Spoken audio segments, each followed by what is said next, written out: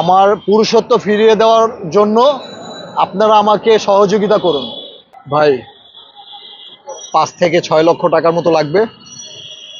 আপনার চেন্নাই হসপিটাল থেকে বলছে 3 লক্ষ টাকা মেডিসিন এবং রিপেয়ারের জন্য, সার্জারির জন্য লাগবে 3 লক্ষ টাকা। আর ওইখানে গিয়ে 2-3 মাসের মতো থাকতে হবে। ইন্ডিয়া দেশের বাইরেতে গেলে আপনারা জানেন কত পরিমাণ খরচ হয়। আমার ওরকম অ্যাবিলিটি নাই।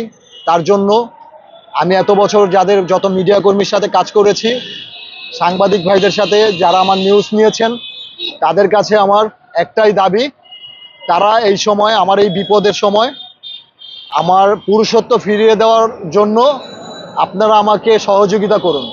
এইটা একান্তই আপনাদের জন্য।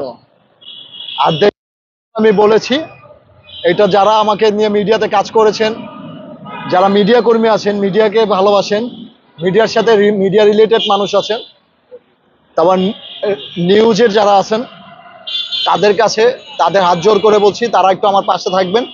তারা একটু আপনারা সবাই মিলে আলোচনা করে আমাকে আপনারা একটা অর্থ অ্যামাউন্ট এনে দিবেন, যাতে আমি দেশের বাইরে গিয়ে চিকিৎসা করতে পারি। ভাই আপনারা কি বলেন? আপনারা অনেকে আছেন এখানে, গণমাধ্যম কর্মী, আপনারা কি বলেন? আপনারা থাকবেন আমার পাশে ভাইয়া? আচ্ছা, উন্নত চিকিৎসার জন্য চেন্নাই যে আপনাকে যেতে হবে, সেখানকার উন্নত কোনো ডক্টরের সঙ্গে আপনার কোনো কথা হয়েছে? জি জি, ওইখান থেকে আমাকে নক দিয়েছে। আপনাদের মিডিয়া কর্মীদের ভিডিও ভাইরাল হওয়ার পর থেকে আমাকে অনেক ডক্টরাই নক দিয়েছে, যারা এই সমস্ত কাজ করে। অনেকে প্যানিস রিপেয়ার করে, তারপর মানে করে থার্ড জেন্টার হয়ে আসে অনেকে। তারা চাইলে ওইভাবে এক্সচেঞ্জও করে দিতে পারবে, ব্লাড গ্রুপ মিক্স হইলে, বা অন্যান্যভাবে পদ্ধতি আছে তাদের কাছে। আধুনিক মেশিনের দ্বারা তারা কাজ করে। এরকম অনেকে আমাকে আশ্বাস দিয়েছেন। আমার যথেষ্ট পরিমাণ আশা, আমি পুরুষত্ব ফিরে পাবো ইন্ডিয়াতে গেলে, আশা করি। তারপর আমি ওইখানে গেলে আপডেট জানাতে পারবো আপনাদেরকে। তারপর আপনারা তো আমার সাথে কানেকশন আছেনই, আমি ওইখানে গিয়ে প্রতিনিয়ত আপডেট দিব আপনাদেরকে, আমি কি অবস্থায় আছি, কি করছি না করছি। আমার ছোট ভাই আছে আমার পাশে, আমার ভিডিওগুলো ওই করে, ওই ছাড়ে। আমার অ্যাডমিন, আমার ছোট ভাই, এই যে রাকিব, ওর। একটা প্রশ্ন আমার, জি ভাইয়া। সেটা হলো, একটা পুরুষের পুরুষত্ব না থাকলে তখন তার কাছে কতটা কষ্ট? অনেকটাই অসহায় লাগে নিজেকে। আসলে আমার তো বিটা বাড়িতে বাতি জ্বালানোর মতো কোনো সন্তানাদি হয় নাই। আমি আসলেই মানে এখন আমি বুঝতেছি যে একটা মানুষের কতটা আশা থাকে একটা সন্তান নিয়ে। ভবিষ্যৎ, একটা মানুষের সন্তান যখন হয় তখনই ভবিষ্যৎ হয়, তাছাড়া ভবিষ্যৎ জিরো। আমি স্বাভাবিক জীবনে আসতে চাই। আর ডক্টর আমাকে বলছে, আর এখন আমার ভিতর অনুভব হয় যে আমার ভবিষ্যৎ হবে ইনশাল্লাহ। সকলের দোয়া থাকলে ইনশাল্লাহ হবে। আমি উন্নত মানের চিকিৎসার জন্য আপনাদের কাছে, মিডিয়া কর্মীদের কাছে রিকোয়েস্ট করলাম যে আমার পাশে এসে দাঁড়াবেন। আপনারা তো জানেন যে আমি কেমন ছেলে ছিলাম ভাই, আমি কেমন ছেলে ছিলাম আপনারা তো জানেন। কখনো কারোর সাথে কোনো খারাপ আচরণ করি নাই। কেউ কোনো একটা ফুটেজও দেখাইতে পারবে না যে এই ছেলেটার একটা খারাপ ভিডিও বের হয়েছে। শিখা খানের সাথে একটা জড়াজড়ির ভিডিও কিন্তু ওর মেয়ে ভাইরাল করছিল। আমি বসেছিলাম, আমাকে আইসা মানে ধাক্কা দিয়ে ধরছে, থুথু মারছে। মেয়ে তো আপনার নামে অনেক অপবাদ। ভাই ওরা খারাপ জগতের লোক। খারাপ জগতের লোকরা কখনো মিডিয়ার সামনে ভালোভাবে কথা বলতে পারবে না, আমি আশা করি। তার জন্য তো আমি বলছি বিচার চাই সরকারের কাছে, ডক্টর ইউনূস স্যারের কাছে আমি বিচার চাই। তারপর উপদেষ্টা, আমাদের ছাত্র আন্দোলনকারী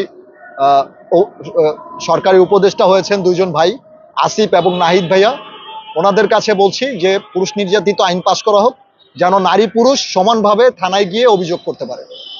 কেউ কাউকে যেন একতরফা ডিভোর্স না দিতে পারে। মুঠো মুঠো ভরে ওষুধ খাচ্ছে, 3 বেলা। আমরা একটু জানতে চাইবো, যখন আপনি ইন্ডিয়া যাওয়ার সিদ্ধান্ত নিয়েছেন, জি ভাইয়া, তো যে চিকিৎসার জন্য সেতে অনেক ব্যয়বহুল টাকা খরচ হওয়ার সম্ভাবনা রয়েছে।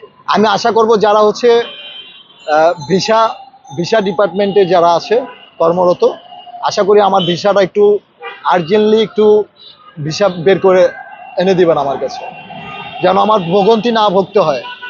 ভিসার জন্য দাঁড়ে দাঁড়ে যেন না ঘুরতে হয়, প্লিজ রিকোয়েস্ট। আপনার মেডিকেল সার্টিফিকেট যেহেতু আপনি ট্রিটমেন্টের জন্য যাবেন, আপনার ভিসা দ্রুত হয়ে যাবে। জি।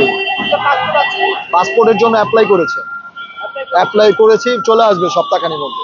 আচ্ছা, আপনি সেখানে যে 1-2 মাস থাকতে হবে, ট্রিটমেন্ট করতে হবে, কত টাকার প্রয়োজন সর্বমোট, মানে সর্বমূলে? সর্বমোট ডক্টর বলেছে 3 লক্ষ টাকা লাগবে, থাকা খাওয়া নিয়ে হচ্ছে আরো 2-3 লক্ষ টাকার মতো লাগতে পারে, প্রায় 5 থেকে 6 লক্ষ মানে এরকম লাগতে পারে আর কি।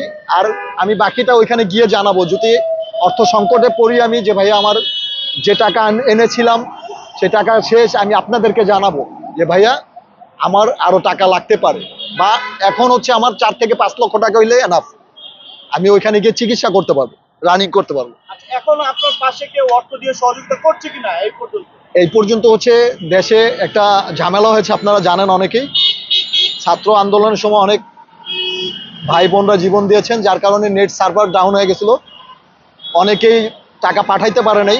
যারা 2 দিন পাঠাইতে পারছে 50-60 হাজারের মতো টাকা আসছিল, সেই টাকা দিয়ে, এবং হচ্ছে আমার চ্যানেলে কিছু টাকা আসছিল, সেই টাকা দিয়ে আমি হচ্ছে এতদিন 1 মাস চিকিৎসা চালাইছি ঢাকা বাংলাদেশ ঢাকা মেডিকেল হসপিটালে বার্ন ইউনিটে। কিন্তু এখন আর আমার এইখানে বাংলাদেশে আর থেকে চিকিৎসা করার কোনো ইচ্ছা নেই, আমার বাইরে গিয়ে চিকিৎসা করার ইচ্ছা, যে আমি বাইরে উন্নত চিকিৎসা করব। মানে ইচ্ছাটা নাই নাকি বাংলাদেশে চিকিৎসাটার মানে এলো পরিপূর্ণ ভালো কিছু হচ্ছে না? আমি আসলে পাচ্ছি না, মানে ওরকম, আসলে আমি বাঁচবো কি না, বাঁচবো না মরে যাবো আমি জানি না। তারপর আমি বলে যেতে চাই, এখানে উন্নত যে মেশিনগুলো লাগে সেই মেশিনগুলো নাই, সব হাতে কারুকাজ করে, চিকিৎসার জন্য আপনি সার্জারি ওটিতে নিয়ে হচ্ছে হাতে কাজ করে তারা। বাংলাদেশের ডাক্তার কি বলছেন যে আপনি চেন্নাই যান? বাংলাদেশি ডক্টররা তো কখনোই বলবে না এটা, কারণ হচ্ছে তারা যতক্ষণ মানে একটা মানুষকে যতক্ষণ ট্রিটমেন্ট দেওয়ার দরকার দিবে, তারপর না হইলে যে পর্যন্ত হয়েছে ওই পর্যন্ত সুস্থ করে পাঠিয়ে দেবে বাসায়। তাদের ডক্টরদের আব্রাম চেষ্টা আছে, এখন তারা যদি একটা মানুষকে পরিপূর্ণ সুস্থ না করতে পারে তাহলে তো তাদের কিছু করার নেই, তারা মানুষ। কিন্তু আমরা বেশি বড় করবো না, যেহেতু আপনি আমি- অসুস্থ মানুষ, আপনি সর্বশেষ দেশবাসীর প্রতি কি বার্তা দিতে চাচ্ছেন? দেশবাসী আমার জন্য অনেক দোয়া করেছে, তাদের দোয়ায় আমি বেঁচে আছি, আমি তাদের ভালোবাসা নিয়ে বাঁচতে চাই। দেশবাসীরা এরকমও কমেন্ট করেছে যে একটা মানুষের জন্য যদি 40 জন আমিন বলে, সেই মানুষটা অটোমেটিকলি সুস্থ হয়ে যায়, দোয়া কার্যকর হয়। হাজার হাজার মানুষ এগুলা লিখে হাজার হাজার মানুষের কাছ থেকে আমিন শব্দটা নিয়েছে কমেন্টে, যার কারণে আমি এখন সুস্থ আছি আলহামদুলিল্লাহ। আর আমি নাম্বারটা বলে দিন। আমার নাম্বারটা হচ্ছে 01760091588, এটা আমার পার্সোনাল বিকাশ নাম্বার, অ্যান্ড হচ্ছে এটা আমার পার্সোনাল হোয়াটসঅ্যাপ ইমো নাম্বার। আমার সাথে যোগাযোগ করে আমাকে দেখে, প্রয়োজনে যারা অর্থ দিতে চান, আমাকে সহযোগিতা করতে চান, আমাকে দেখে ভিডিও কলে আমার সাথে কথা বলে আমাকে দিবেন, কেউ প্রতারিত হবেন না। Thank you so much, love you all, take care.